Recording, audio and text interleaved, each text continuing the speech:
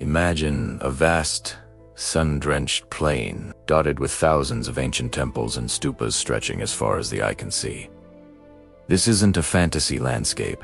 This is Bagan in modern-day Myanmar, one of the most remarkable archaeological sites in the world. Today, we're journeying back in time to uncover the incredible story of this sacred city and the empire that built it. Our story begins in the 9th century. At this time, Bagan was a small settlement on the banks of the Irrawaddy River. But everything changed in the mid-11th century with the rise of a visionary king named Anawrahta, often called the father of the Burmese nation. Anawrahta united the scattered regions of modern-day Myanmar, establishing the first-ever Burmese empire, with Bagan as its magnificent capital. King Anawrahta was not just a brilliant military strategist.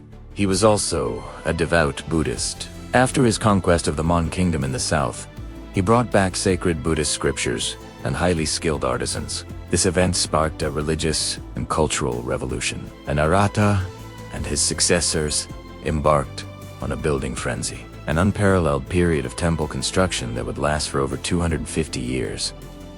This wasn't just about building impressive structures. It was a profound act of merit-making. In Theravada Buddhism, building a temple or stupa was believed to generate immense spiritual merit, ensuring a better future life.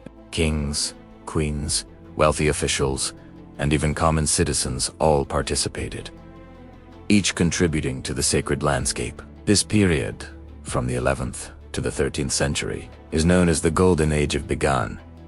The city blossomed into a bustling cosmopolitan center for religion, scholarship, and culture. Monks and scholars from as far away as India, Sri Lanka, and the Khmer Empire flocked to Bagan to study. The temples weren't just places of worship. They were universities, libraries, and art galleries, all rolled into one. At its peak, the Bagan Empire was a major power in Southeast Asia, and its capital was one of the largest and most glorious cities in the world. It's estimated that over 10,000 religious monuments were built on this plain. Today, around 2,200 still stand, a testament to the incredible devotion and architectural genius of the era. So, what makes Bagan's architecture so special? The builders of Bagan developed a unique style, blending influences from various cultures, especially from the Mon and Pew civilizations that preceded them, as well as from India. You can see this evolution in the temples themselves. The early temples, like the Shwezgan Pagoda, started by King Anawrahta, are solid bell-shaped stupas, often covered in gold. These were designed to enshrine sacred relics. Later, a new style emerged: the hollow, vaulted temple, or geo-style temple. These were more like buildings you could enter, designed for meditation and housing magnificent Buddha statues. A perfect example is the Ananda Temple, often called the Westminster Abbey of Burma. Completed around the year 1105 by King Ananda, is a masterpiece of architectural symmetry. Its central cube is topped with a gilded spire, or sikara, that soars into the sky. Inside, 4 enormous standing Buddha statues face the cardinal directions, each with a different expression, showcasing the incredible artistry of the time. Another marvel is the Damajangai Temple, the largest of all Bagan temples, built by King Anawrahta in the 12th century. It's a massive, pyramid-like structure. Its story is dark. Legend says Anawrahta, who assassinated his father and brother to take the throne, built this grand temple to atone for his sins. He was so demanding that he supposedly executed masons if a needle could be pushed between the bricks. This resulted in some of the finest brickwork in all of Bagan, but the temple's interior was mysteriously bricked up soon after his own assassination, leaving its central sanctum an eternal mystery. Beyond the grand royal temples, thousands of smaller stupas and monasteries were built by ordinary people. Each one tells a story, decorated with intricate stucco carvings, beautiful murals, and glazed terracotta tiles depicting scenes from the Jataka Tales, the stories of the Buddha's previous lives. These murals are like a window into the past, showing us not just religious scenes, but also glimpses of daily life in the Bagan Empire: the clothes they wore, the instruments they played, and the world they lived in. So, if Bagan was so powerful and magnificent,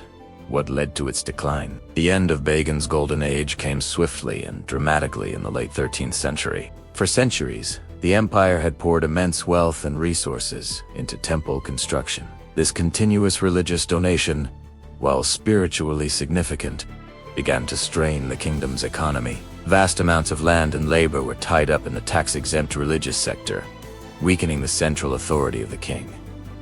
The final blow came from the north. The Mongol Empire, under Kublai Khan, was expanding relentlessly across Asia. After a series of diplomatic clashes and border skirmishes, the Mongol armies invaded in 1287.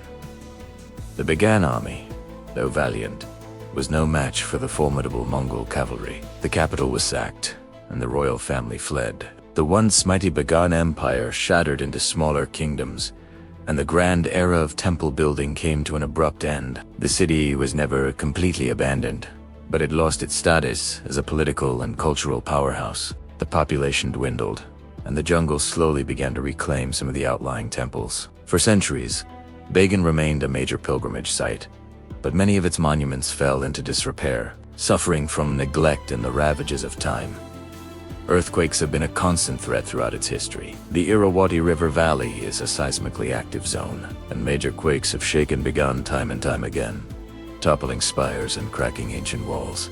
A devastating earthquake in 1975 caused extensive damage to many temples, leading to a major international effort for restoration. However, some of these past restoration efforts have been controversial, with critics arguing that they didn't always adhere to authentic historical methods. In 2016, another powerful earthquake struck, again damaging hundreds of temples. This event, however, spurred a new wave of conservation, with a greater emphasis on using traditional materials and techniques guided by archaeological research. This ongoing work is a delicate balancing act, preserving these ancient structures while ensuring their authenticity for future generations. Finally, in 2019, after decades of effort, the Bagan Archaeological Zone was designated as a UNESCO World Heritage Site, a global recognition of its outstanding universal value. Today, Bagan stands as a powerful symbol of Myanmar's cultural heritage and a breathtaking destination for travelers from around the globe.